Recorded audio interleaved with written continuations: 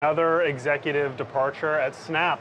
Yet another, their VP of hardware, Mark Randall, is out as of about 2 weeks ago. I just learned, and yeah, he's out, and now Jerry Hunter, who is their head of engineering, is taking over the hardware division. So it's another executive departure for Snap, one of many. And he would have seen largely overseen the Spectacles operation. Correct. Anything else? Spectacles and any other hardware that they do in the future, which is something that Evan Spiegel has been insistent that they will do. Well, look, it was more than a year ago that the company was talking about, or you were reporting that the company was thinking about drones for Snap. But what other hardware has the company been thinking about beyond Snap? They've experimented with everything from clip-on cameras, basically anything with a camera that you could wear or use as a gadget. They've experimented with. How promising is hardware for the company? Right now, it's not very promising. As we remember, with the first version of Spectacles, they had to write off nearly $40 million in unsold inventory. For viewers who don't know, Mark Randall, the guy who is leaving now, was the exec in charge of that decision. So this could be seen maybe as some fallout from that. He is the second VP of hardware to leave in the last year. So, even though the company Snap did dub itself as a camera company right before it went public. Correct. And you know, anytime there's exec turnover, it's probably not a good sign, but I think this could actually be a good thing for the future of Spectacles, because the Spectacles group was largely operated outside of the rest of the company. Snap's very secretive. They like to operate like Apple and have silos with different organizations. Now the Spectacles and the hardware group will be brought under the fold of the larger engineering group. So you could see more collaboration.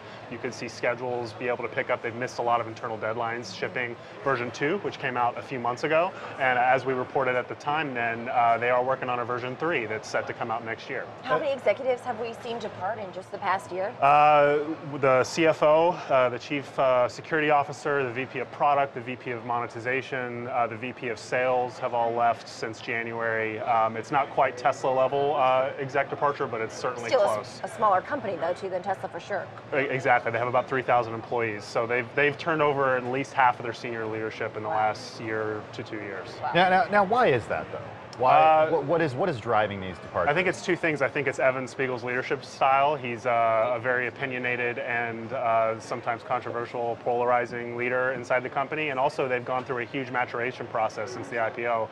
They're really trying to meet Wall Street's growth expectations. Q2 earnings coming up. Everybody's going to be looking for growth there. And you know, we've seen the stock take quite a beating. And I think that also affects morale. That affects the collaboration at the top of the company, and they're realizing that they need to bring new people in. They just hired a new CFO, for example, from Amazon. We've heard reports that Spiegel is trying to spend more time being an executive, learning how to be a CEO. What do your sources say about that? He is being more visible. He's done more interviews.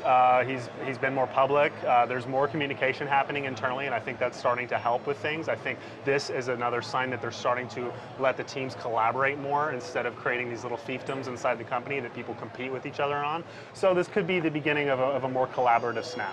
Now, Alex, getting back to this specific executive departure who oversaw the hardware division, is there any indication that Snap is thinking differently about hardware moving forward with his departure? That is a good question. My sources haven't indicated that. They are pushing ahead with this version 3, which I'm told will have some AR-like capabilities, 2 cameras instead of 1, allow videos to be distorted a little bit, and that's coming next year. Before we let you go, I haven't actually even tried the new version of Snap Spectacles. What's your take on them a couple months after They're launch? better. They're kind of like the S version of an iPhone. They're just a little faster, a little slimmer. They're definitely not a huge iteration. Where'd you get them? I ordered them online, yeah. Direct to consumer. Yeah. All right, Cheddar senior reporter Alex Heath, thanks again for joining us, Alex. Thank you.